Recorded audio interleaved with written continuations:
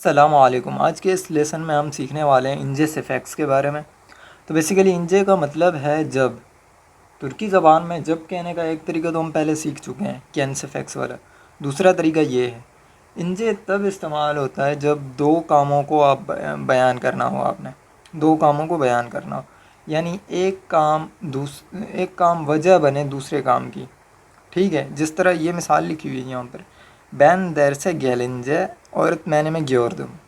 بین در سے گیلنجے öğretmenime gördüm، یعنی میں جب کلاس میں آیا میں نے اپنے استاد کو دیکھا۔ میں جب کلاس میں آیا میں نے اپنے استاد کو دیکھا۔ یہاں پر جو اس جملے کا مین فعل ہے وہ یہ ہے، görmek یعنی دیکھنا، اور جملے کا جو ٹینس ہوگا، زمان ہوگا، وہ بھی یہی ڈیسائیڈ کرے گا، ٹھیک ہے۔ görmek یعنی دیکھنا، gördüm یعنی دیکھا، یہ وجہ بن رہا ہے۔ اس کی وجہ کون بن رہا ہے؟ اس کی وجہ یہ بن رہا ہے، ٹھیک ہے۔ ben derse gelince öğretmenime gördüm، یعنی میں جب کلاس میں آیا تب میں نے اپنے استاد کو دیکھا۔ ben derse gelince وجہ بن رہا ہے görmek کی، ٹھیک ہے۔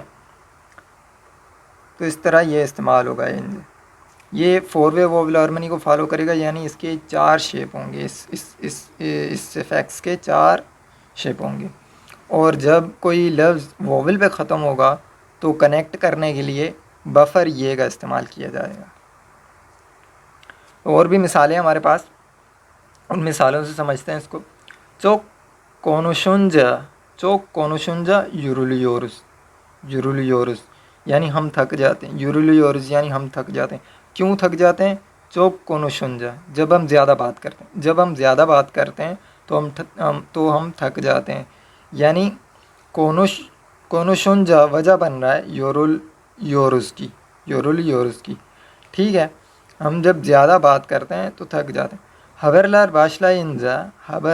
başlayınca televizyonun sesini açtım۔ haberler başlayınca televizyonun sesini açtım، یعنی خبریں چلتے ہی میں نے ٹی وی کی آواز کھول دی، یعنی جب خبریں چلی تو میں نے ٹی وی کی آواز کھول دی، ٹھیک ہے۔ hava güzel olunca pikniğe gidiyoruz، یعنی جب موسم اچھا ہوتا ہے ہم پکنک پر جاتے ہیں،